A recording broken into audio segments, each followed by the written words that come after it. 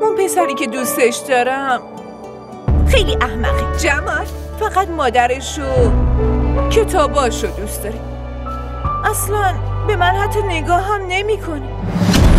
شیرینی به دلات، شیرینی رتبه 1 شدن تو دیگه. نمیتونم شیرینی که در حدت باشه بهت بدم، نه هیچ هدیه. این کیه و باهات چه نسبتی داره؟ به بابات بگی که ما میاییم و امانتمون رو پس میگیریم. بابا اون چه امانتیه که پیش شماست؟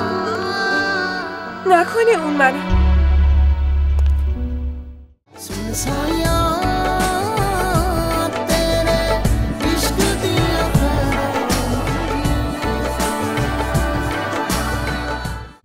دیوونه اینجا نشستی؟ پاشو بیا ببین چه خبر شده. چرا؟ چی شده؟ کرمو کتک زدن. چی؟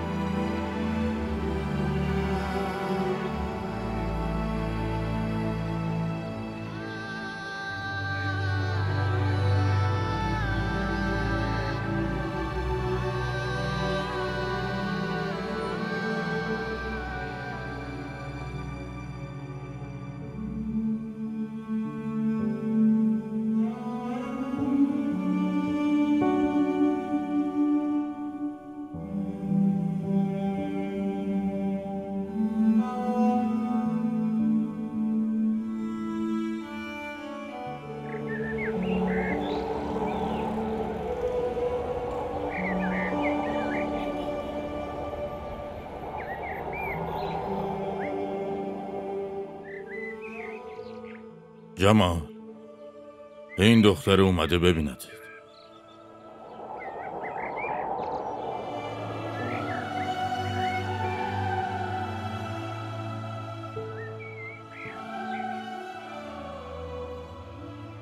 از دانشگاه انصراف دادی؟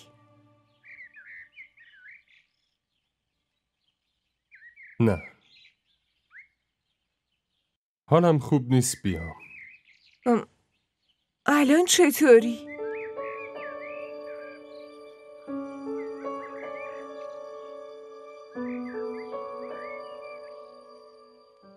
از فردا میام انشالله. چند بار بهت زنگ زدم گوشیت خاموش بود دیگه. از رستوران آدرس تو رفتم گرفتم، ببخشید. اونا گوشیمم شکوندن. میدونی من بابامو بردم پیش رئیس دانشگاه. اونم والدین همه اون پسرا رو خواست تا یه جوری حالشون رو بگیره که دلمون خنک بشه. همشون هم ضمانت دادن. از این به بعد کسی نگاه چپم بهت نمی‌کنه. شما برای چی خودتون اینقدر به زحمت میندازی؟ درست کردن این کتاب دفتر رو برام زحمت بود.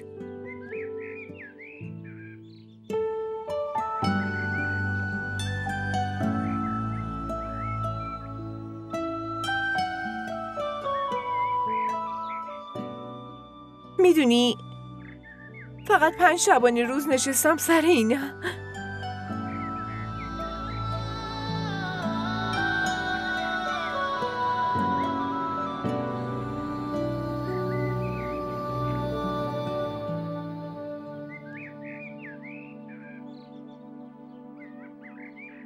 ممنونم.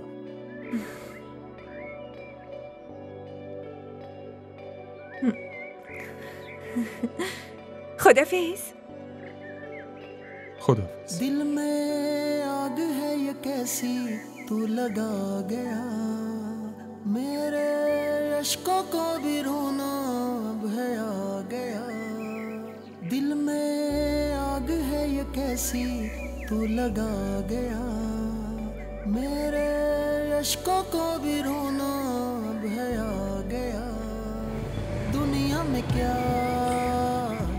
बाकी रहा क्यों जाने ख्वाहिश करे तू दिल लगी की सुन साइया तेरे इश्क दिया खैरा मंगिया सुन साइया तेरे इश्क दिया खैरा मंगिया جمال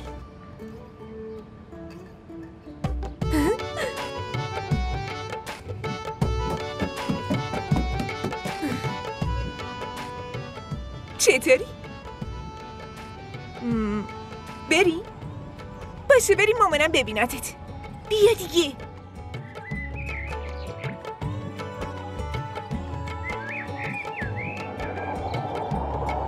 तेरी आरज़ू ना मिटा सके ना ही जान तुझ पे लुटा सके यूं तड़प तड़प कर जले मगर ना ही अग्नि तो दिल से बुझा सके खामोशियों की जुबान समझ मेरा हाल क्या मैं बयां करूं मेरे दिल में तू ही बसा रहे यही हर घड़ी मैं दुआ करूं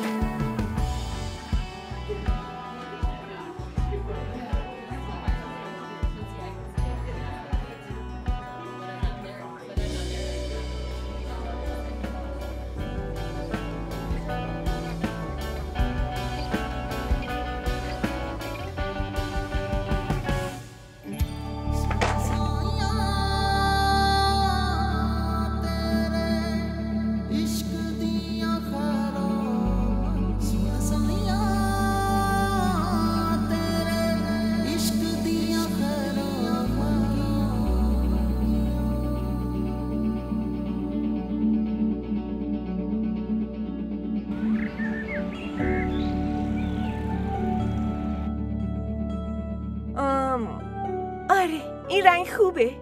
نظرت چیه؟ دستتو بیار پایین. ببینش. چطوره؟ خیلی خوبه. نه؟ نه رنگش مرده است. نه نه نه. آها یه گزینه دیگه واسه دارم. این یکی.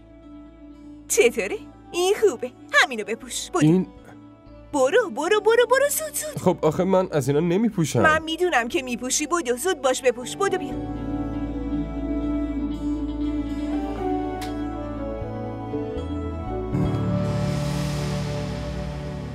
ببخشید.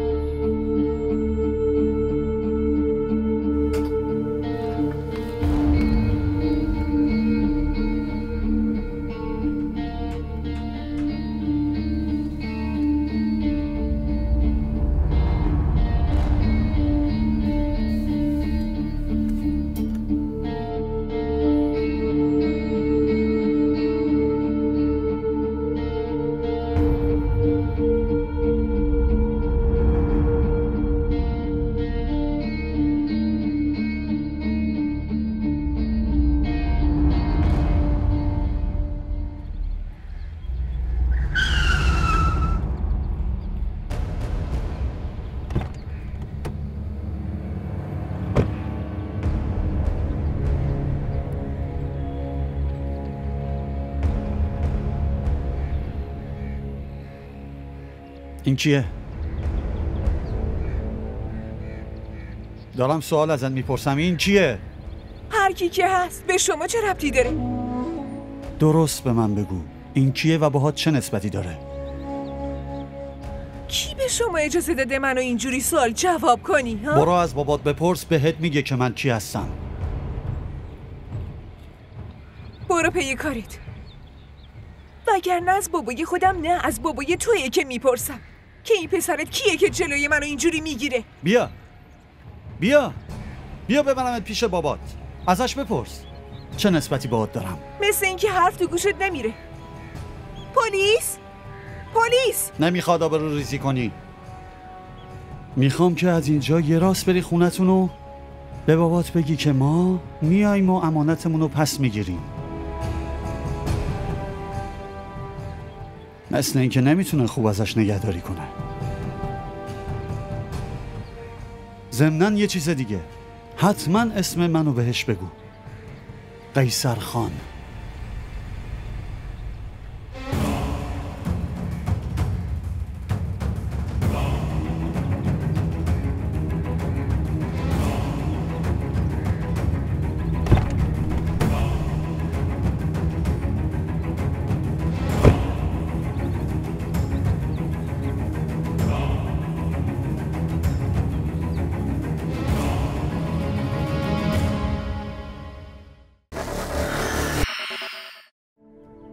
خیلی متاسفم از اینکه پدرتونو از دست دادین.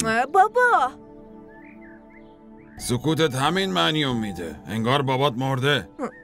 نه، فقط همینطوری. بابات هنوز زنده است عزیز دلم. نمیذارم یه ذره آب تو دلت تکون بخوره. فردا دارم میرم.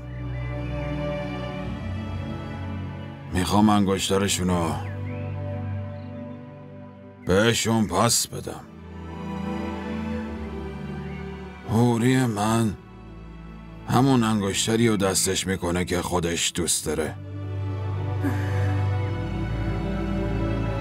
دوست دارم بابا جونم. منم دوست دارم بابا جون.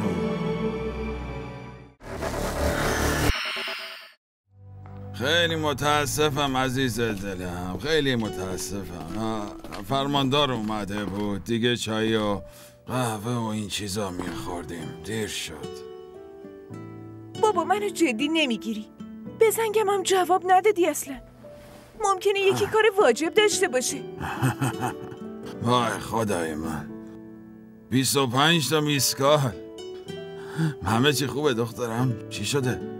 باید با تنها صحبت کنم. شما یه کاری کنیم، پرونده رو بذار اینجا، بعداً حرف میزنیم با هم. ممنون.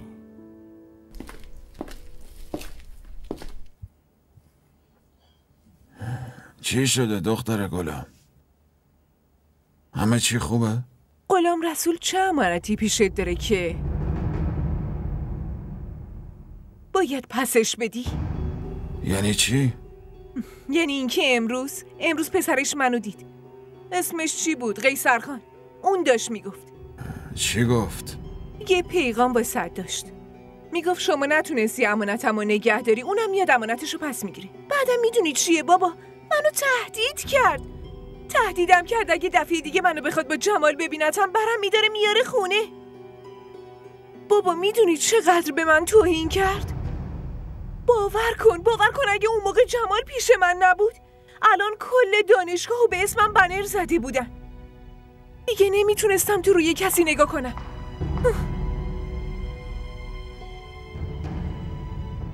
اون تو دانشگاه تو چی کار میکرد؟ نه بابا، نیومده بود که دانشگاه. تو پارکینگ پاساژ دیدیم. خیلی خوب، ولش کن. میخوام یه خبر خوب بهت بدم. من تو امتحانا تو کل کلاس نفر دوم شدم. عالیه.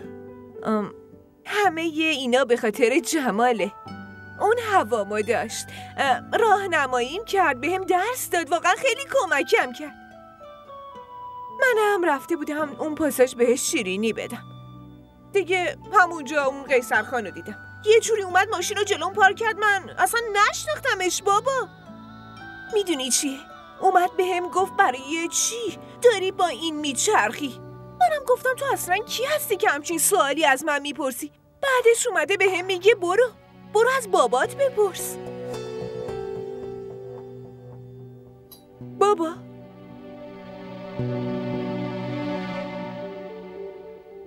بابا اون چه امانتیه که پیش شماست؟ نکنه اون منم.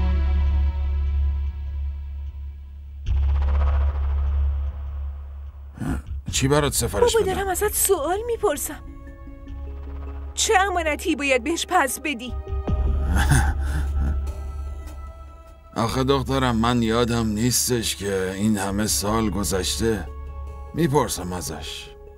میپرسم.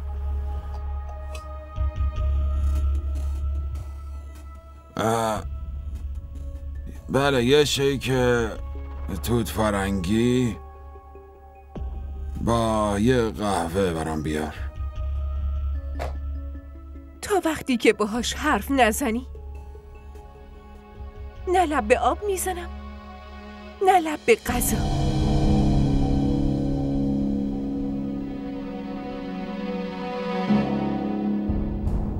قیمت این واحدا نباید بالا بره. باشه؟ این یکی نرخ و مخصوصاً 20-30%.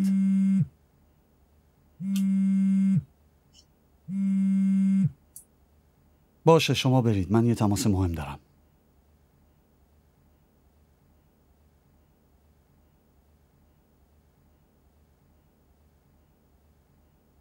سلام عمو.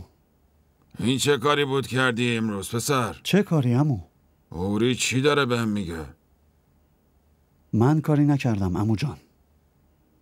اتفاقا نذاشتم اون کاری که میکرد و ادامه بده. ببین قیصر، اوری دختر منه. به جز خودم کسی حق نداره سوال جوابش کنه که چی کار میکنه یا نمیکنه. عمو جان، جایی که بحث عزت و غیرت باشه اونجا منم حق دارم بهش چیزی بگم. عزت و غیرت تو چه ربطی به دخترم داره؟ این چه حرفایی میزنید عمو جان؟ اون فردا میخواد عزت خانواده‌ام بشه و بیاد خونه من. اون موقع هر کاری که کنه به اسم من نوشته میشه. مگه دیوونه شدی؟ چطور همچین فکر کردی؟ فکر کردم؟ من هیچ فکری نکردم عمو جان. یادتون رفته شما و بابام خودتون با هم قرارشو گذاشتین. اون قضیه رو فراموش کن. قراری نبوده. همینطوری به شوخی حرفی زدیم و بعدش هم دوتامون فراموش کردیم، هم پدرت هم من. ممکنه شما فراموش کرده باشید عمو جان، ولی پدر من یادش نرفته. اون تا لحظه آخر این موضوع رو یادش بود. وقتی داشت میرفت 2 کار رو به هم سپرده بود. یکی این که به اسمش مسجد بسازم، دومیشم ازدواج شاهمیر با هوری بود. مسجد رو که ساختم عمو، ولی مسئولیت دوم هنوز مونده.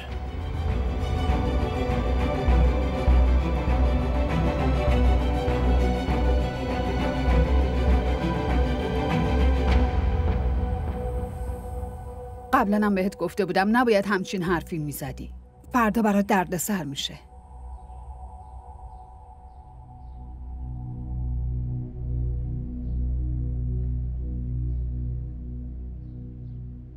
نمیدونم چه مراسمی بود. بزن و بکوب بود. ما دوتا هم شوخی یه چیزی گفتیم. این بچه تازه چند روزش بود که غلام رسول بغلش کرد و گفت این امانت شاه میره منه پیش تو. منم دیگه هیچی نگفتم. نه همش این نبود شفی. فرداشم تو فامیل شیرینی پخش کردن. بعدشم مادر جان اومد و انگشتر نقره بهت داد. کسی نه 4 تا دونه شیرینی 20 سال پیش رو یادشه، نه اون یه انگشتر پیزوری رو. برای این حرفو میزنی چون از اون فرهنگ خودتو کشیدی بیرون. اونا هیچ وقت خونبهای قتل و این ازدواج رو فراموش نمی کنن. بعدم مگه نمیبینی بچه اون موقع چطوری الان جلوت در اومده؟ حرف اونو ولش کن. یه ذره پول و پله گیرش اومده و واسه همین صداش بلند شده. تا دیروز که واسه نون در آوردن اصلا وقت نداشت. باباشم موقع مرگ فقط همینقدر براش کنار گذاشته بود که بره تو مرز و جنس قاچاق کنه. حالا هم دولت از تو زمینای بایرش جاده کشیده دیگه، زلاق اومده پایین و سوار ماشین شده. حالا این روزا چی کار میکنه همون شاهمیر؟ من چه میدونم، نمیپرسم. باید بپرسی. آخه قرار دامادت بشه. برای چی چرند میگی؟ اون موقع هم چشماتو برام همینطوری میکردی. اون حرفا هم با همین لحن بهم میگفتی. انقدر از خوبیاشون برام میگفتی که مجبور میشدم همیشه جلوت ساکت باشم. ولی من دیگه ساکت نمیشم. اون انگشتره هنوز پیشته؟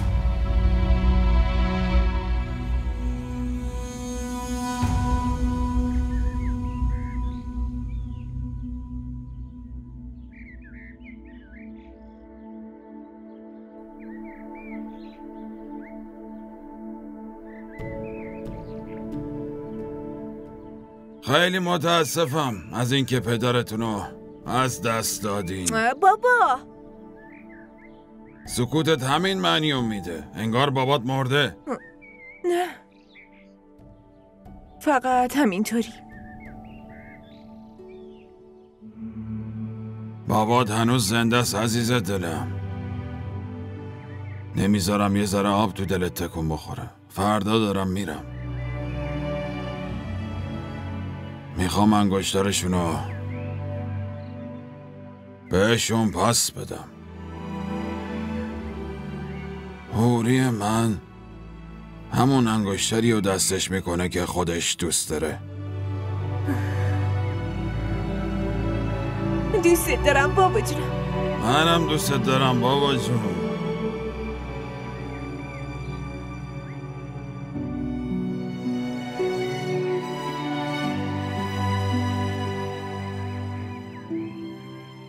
بابام کلاس دوم بود که همه ی خانواده‌اش رو توی سیل از دست داد. برای این زنده بود که اون روز رفته بود یه مدرسه که 5 کیلومتر دورتر بود. توی یه خانواده دیگه بزرگ شد. از فامیلاش بودن. با اینکه اون خانواده هیچ ارزشی به درس نمیدادن، ولی بابام درسشو ول نکرد اصلا. دیپلمشو گرفت و بعد اومد شهر. وقتی هم اومد شهر مثل تو این ور اون ور کار میکرد. درسشو تموم کرد. بعدم مامانم رو دید و من به دنیا آمدم. وقتی 2 ماه هم بود بابام منو برد پیش فامیلاش تا نشونم بده. اونا هم اونجا قرار گذاشتن که من بشم نامزد پسر 2 ساله برادر ناتنی بابام. اینم کل داستانی.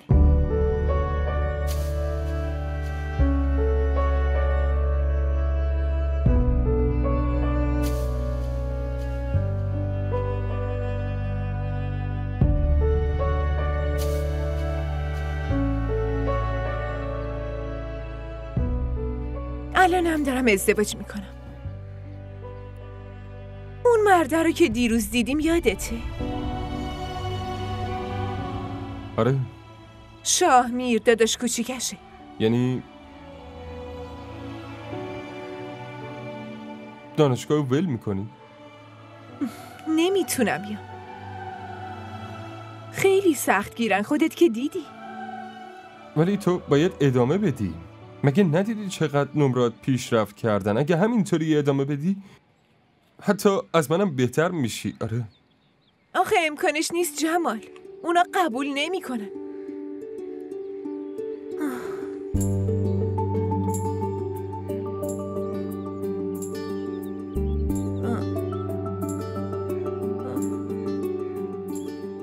شاید از فردا دانشگاه نیام دیگه.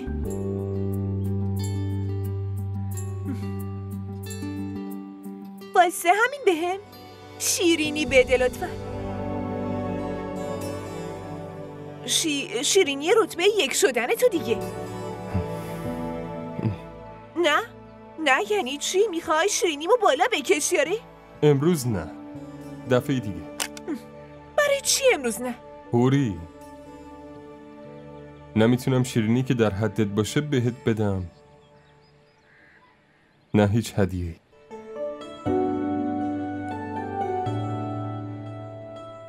جمال، من یه شیرینی در حد خودت میخوام ازت. واسه همین پاشو بریم. هوری ببین چی میگم. هوری پاشو جمال، پاشو. هوری صبر کن ببین چی میگم. جمال، همین امروز به هم شیرینی میدی، آره یا نه؟ چون که شاید از فردا دیگه نبینمت اصلا.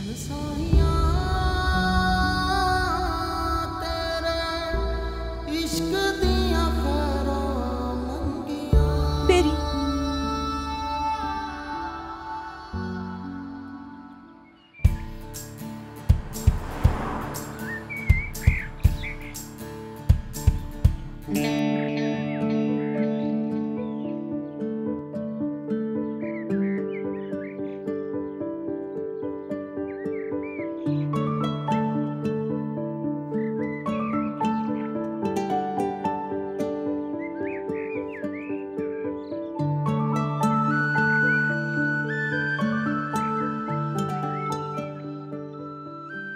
به منم غذا میدی مادر جان؟ شفی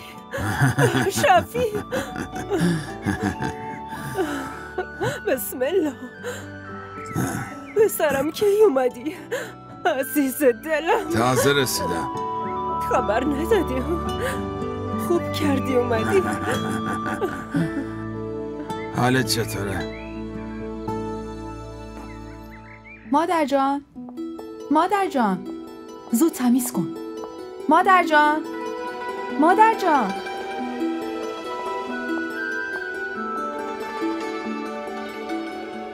جان چی شده ربیه؟ مادر جان میدونی که الان بیرونه؟ کی بیرونه؟ همون فامیلتون که توی شهر زندگی میکنه، اون اومده. داداش شفی؟ آره. راست میگی؟ بله. بعد این همه سال اومدی سالگردش، وسطش هم که نه هیچ خبری، نه هیچ حال و احوالی. با خودت نگفتی، رفتی و پشتتم نگاه نکردی.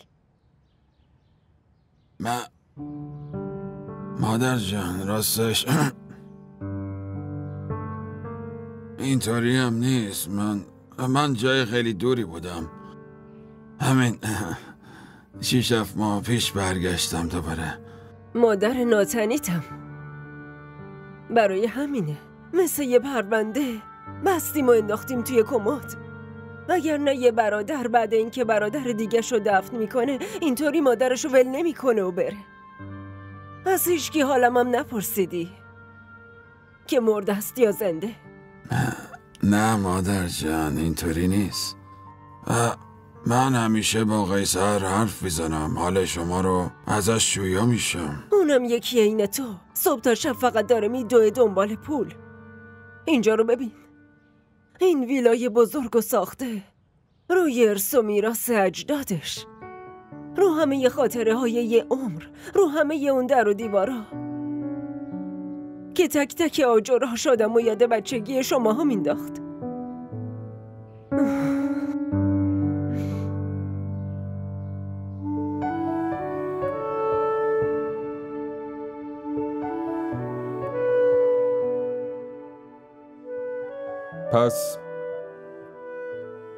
پس یعنی واقعا از فردا دانشگاه نمیای؟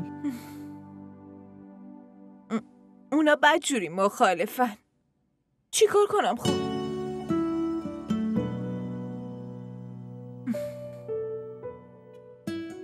خیلی دلم برات تنگ میشه. منم واقعا خیلی بد بد کردن. آره، چی کار میتونم بکنم؟ حتی بابات که انقدر برای آیندت آرزو داشت اونم کوتاه اومد؟ نه. بابام ازم پرسید که اگه کسی توی زندگیت هست به اینا بگم نه، وگرنه واسه چی الکی ردشون کنم؟ ازش وقت بگیر. حالا ممکنه یکی بیاد تو زندگیت امروز نه فردا. برای چی سر این موضوع کوچیک داری آینده‌تو خراب میکنی؟ هیچ کس تو زندگی من نمیاد. چرا؟ برای اینکه اون پسری که دوستش دارم خیلی احمقه. فقط مادرش و کتاباشو دوست داره. اصلا به من حتی نگاه هم نمیکنه.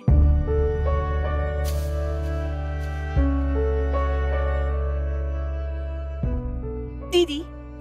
گفتم که هیچ وقت منو به اون چشم نگاه نمیکنه. اصلا منم به هیچ کس دیگه ای به اون چشم نگاه نمیکنم. واسه همینم بهتره حرف بابامو گوش بدم.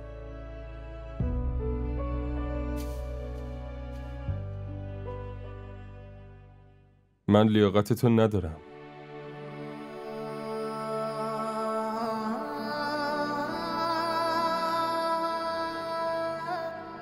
سالاد نوشابه چیزی بیارم؟ نه، همینه رم ببرید دیگه. پوری